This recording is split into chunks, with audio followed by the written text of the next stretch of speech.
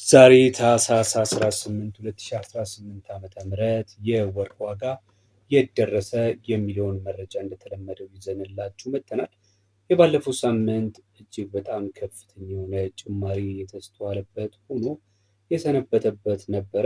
ዛሬስ በምን ያህል በምሽት ላይ ይገኛል? በተለይ ደግሞ በጥሬ ዋጋ እንዲሁም ደግሞ ዋና ዋና የሚባሉት የወርቅ ካራቶች በስንት በምሽት ላይ ይገኛሉ የሚለውን የያዝንላችሁን መረጃ የምናስቃኛችሁ ይሆናል። ከዛ በፊት ግን ለዚህ የዩቲዩብ ቻናል አዲስ ከሆናችሁ ቻናሉን ላይክ በማድረግ ሰብስክራይብ በማድረግ ቤተሰብ እንድትሆኑ በትህትና እየጠየቅን ቀጥታ የምንሄደው ወደ ያዝንላችሁ የወርቁ ዋጋ ይሆናል። እንግዲህ ወርቆች የሚከፋፈሉት በሁለት አይነት መንገድ ነው። የሀገር ውስጥና የውጭ ወርቅ ተብሎ እንደሚከፋፈሉ ሁላችንም እናውቃለን። ምንድነው ልዩነቱ ካለን እንግዲህ ሁላችንም እንደምናውቀው የሀገር ውስጥና የውጭ ወርቅ ልዩነቱ የመጀመሪያው የጥራት ደረጃ ነው። ምንድን ነው የጥራት ደረጃው የምትለው ካላችን ደግሞ ለምሳሌ የ24 ካራቱን የሀገር ውስጡን የጥሬው ማለት ነው የጥራት ደረጃውን በምንመለከትበት ሰዓት ላይ በ99.9 ወይም ደግሞ 96 የሚያደርጉታል። አንዳንዴ በእንደዛ ነው የጥራት ደረጃው የሚለካው። የሀገር ውስጡ ግን ፒውር 100% ወርቅ ነው። እንግዲህ የመጀመሪያው ምክንያቱ እንግዲህ እኛ ታዳጊ ሀገር ከመሆናችን አንፃር የውጭ የምንለው ደግሞ ብዙ ጊዜ የዱባይ፣ የሳውዲ፣ የስዊዘርላንድ ያው የአሜሪካም የአውሮፓም ሊሆን ይችላል። እነዛ ወርቆች ደግሞ ከከርሰ ምድር በሚወጡበት ሰዓት ላይ በከፍተኛ ማሽነሪ እና ትልቅ በሆነ እውቀት በመታገዝ ነው የማውጣት ስርዓቱን የሚያካሂዱት። ስለዚህ ጥራቱ ላይ ደግሞ ያ ኢምፓክት ያደርጋል።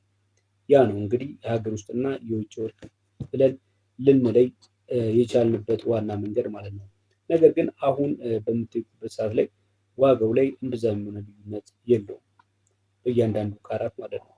ልዩነቱ የነገርኳችሁ የጥራት ደረጃ ነው። የውጭ ሲሆን የበለጠ ተፈላጊነት አለው።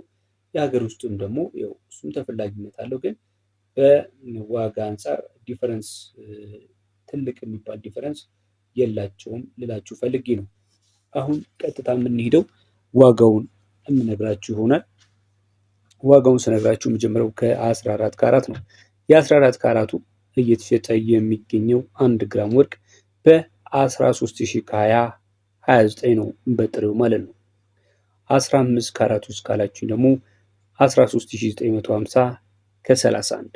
በተለይ ልብ ብላችሁ እንድትሰሙ የሚፈልገው ነገር ከ18 በታች ያሉት ካራቶች 15፣ 16፣ 17 እያለን የምንነግራችሁ የወርቅ ካራቶች ብዙ ጊዜ ኦፊሻል በሆነ መንገድ በሽያጭና በግዢ ላይ የምታገኟቸው አይደሉም። ይልቁኑ 14 ካራት ብዙዎቹ ይመርጡታል። 14 ካራት ዋጋውም ተመጣጣኝ ስለሆነ በዛ ላይ ከግማሽ በላይም የወርቅ ይዘት ስላለው ሌላውም ደግሞ የብረታ ብረት ማዕድንነት ስላለው ተፈላጊነት አለው። በጣም ዲዩሬብል ነው። ይህ ማለት ለረጅም ጊዜ ልትገለገሉበት የምትችሉት እንዲሁም ደግሞ ወርቅም ከምገዙት ከሌላ ካራት ይልቅ በተመጣጣኝ ዋጋ ልታገኙ ስለምትችሉ 14 ካራት በብዛት አለ። ነገር ግን 15፣ 16፣ 17 ካራት የሚባሉት የወርቅ አይነቶች ብዙ ጊዜ ወርቅ ልትገዙ ገበያ በምትሄዱበት ሰዓት ላይ አታገኟቸውም ማለት ነው። እና እየነገርኳችሁ ያለሁት የ15፣ 16፣ 17 እያልኳችሁ የምነግራችሁ የጥሬ ወርቅ ዋጋን መረጃ መሆኑን እንድትገነዘቡ በዚህ አጋጣሚ ልነግራችሁ እወዳለሁ። ቀጥሎም ነግራችሁ የ16 ካራቱን ነው። 16 ካራቱ 14,880 ከ33 ነው በምሽት ላይ የሚገኘው። እንግዲህ ሳምንቱ የነበረበት ከፍተኛ የሆነ የወርቅ ዋጋ የወጣበት ሳምንት እንደነበረ ሁላችንም እናስታውሳለን። እንግዲህ በዚህ ሳምንት መጨረሻ ትንሽ በ60 እና በ50 ብር አካባቢ በግራም የመቀነስ ሁኔታ አሳይቷል። እንደ ትላንት ነው ማለት ነው። የዛሬውም ተመሳሳይ ነው።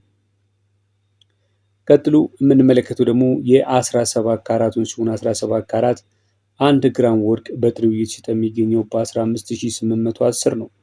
15,810 18 ካራቱ ስንት ገባ ካላችሁኝ ደግሞ ዛሬ ታህሳስ 18 2018 ዓ.ም ላይ 1 ግራም 18 ካራት በ16740 ከ38 እየተሸጠ ይገኛል።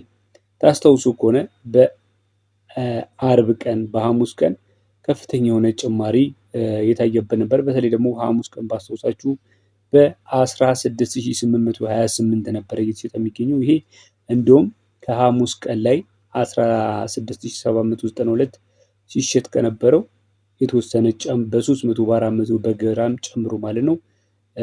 ሐሙስ ዕለት በጣም ከፍተኛ የሆነ ደረጃ የደረሰበት ጊዜ ነበረ ማለት ነው።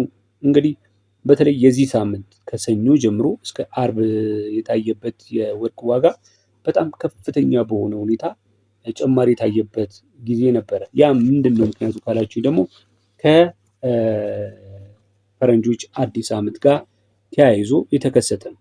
በተጨማሪም ደግሞ ያው የዶላርም ከፍተኛ ሁኔታ መጨመር እሱንም ታሳቢ በማድረግ የኢንፍሌሽን ሬቱ ከፍተኛ ስለወጣ ያ ምክንያት እንደ ፋክተር ሊጠቀስ ይችላል ማለት ነው።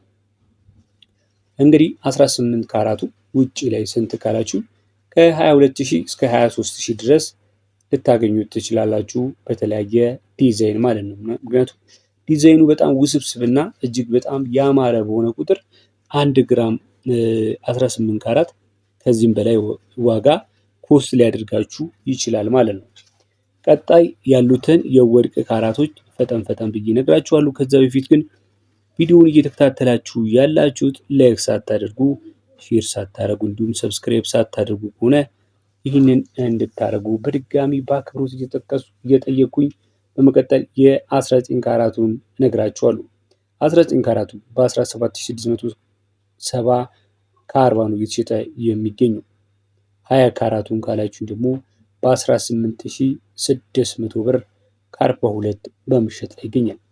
21 ካራቱ 1 ግራም ወርቅ ዛሬ በጥሬው በ19530 ከ44 ነው በምሽት ላይ የሚገኘው። እንግዲህ የአርብ ዕለት እንደዚሁ ተመሳሳይ መሆኑን ለማስተዋል ችለናል ማለት ነው።